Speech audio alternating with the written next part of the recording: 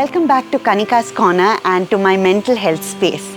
Today I'm talking about something that's really personal to me and that has been a 20-year journey. It's all about self-esteem and the various issues I had with it and how I overcame low self-esteem. So self-esteem is basically what value a person gives to themselves, what they judge about themselves, what they think about themselves.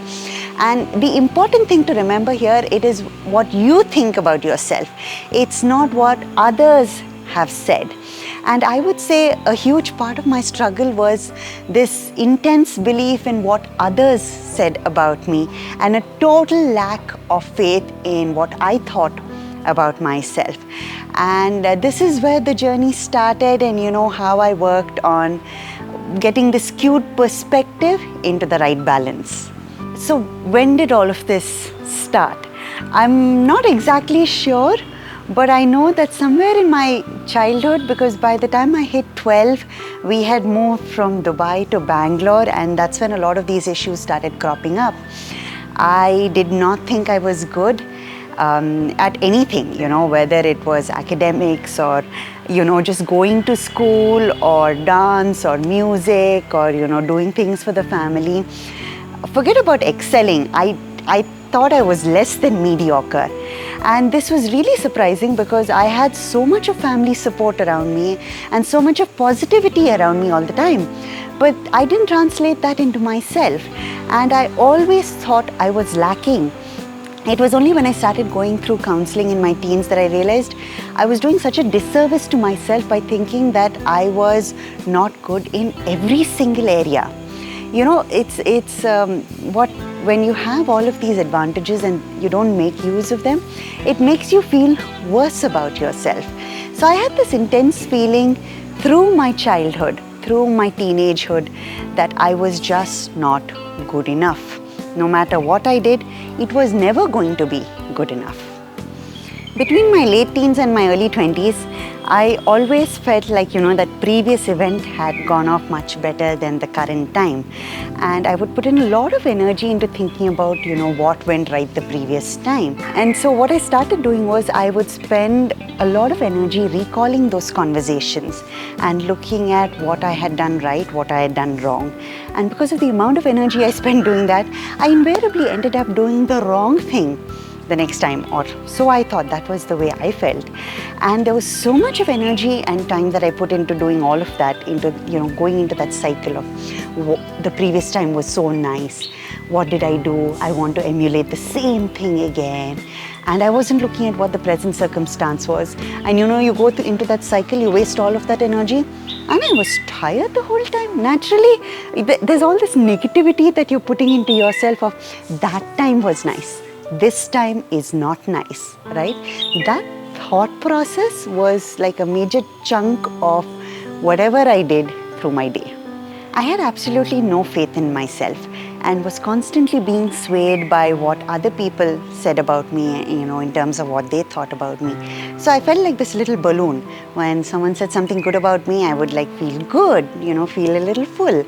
And when someone gave me feedback, which was not necessarily a bad thing, but I would take it in as a criticism of me, and I would then deflate like this little thing, and well, there I was, ground zero, because someone had said something not so good about me. All of that happened for a good portion of my teens. It was as I started to enter college that I developed sort of my own identity, that I started to be confident about who I was and was not falling prey to all of these misconceptions or misperceptions. And I thought, hey, I'm building a foundation of who I am and who I like and who I want to be. And I got my first job. I loved it because it was in a field of autism that I had never worked in. And I had so many opportunities at this school. The staff, the administrative staff, the teaching staff, all of them very supportive and wanting me to learn new things. So, from assessments to training to working with a child to helping plan logistics, so many different opportunities that I had.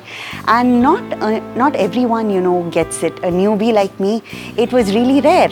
But I went and bungled it up because I thought I was not good at it. I didn't give myself the time to learn the skill, or even put in that amount of time to say, hey, I like this area, let me do good at it.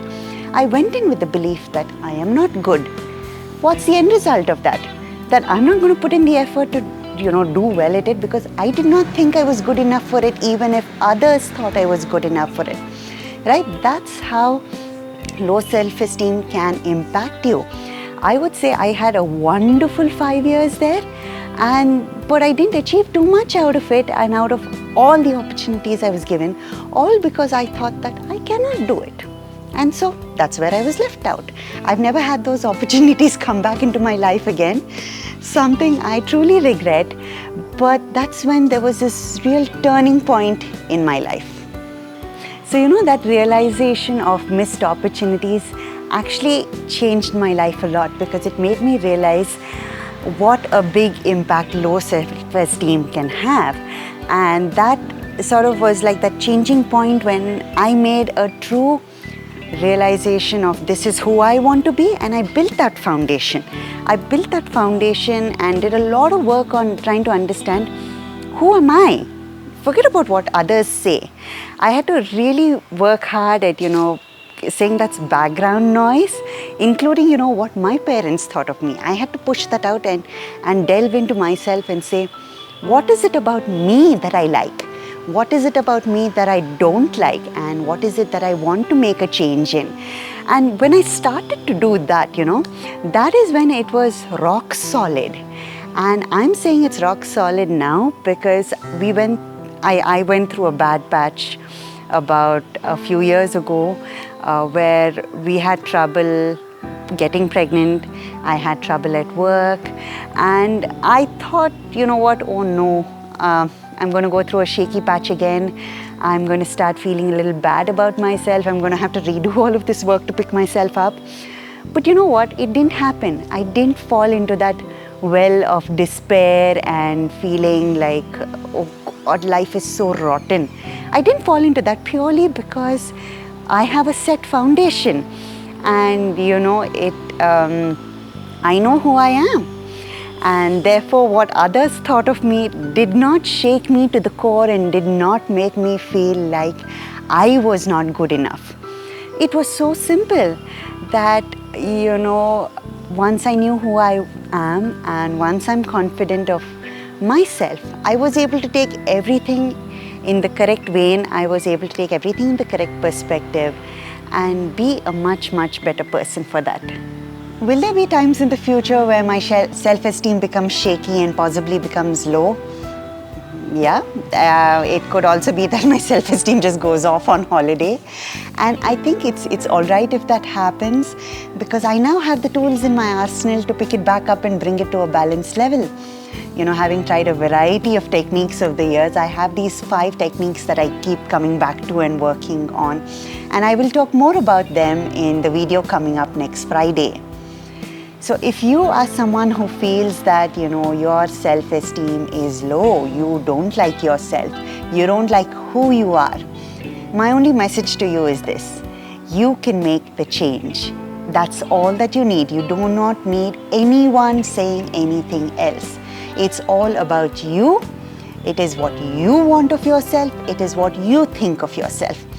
And you can so easily make the change if you want it. Thanks for watching, and please subscribe.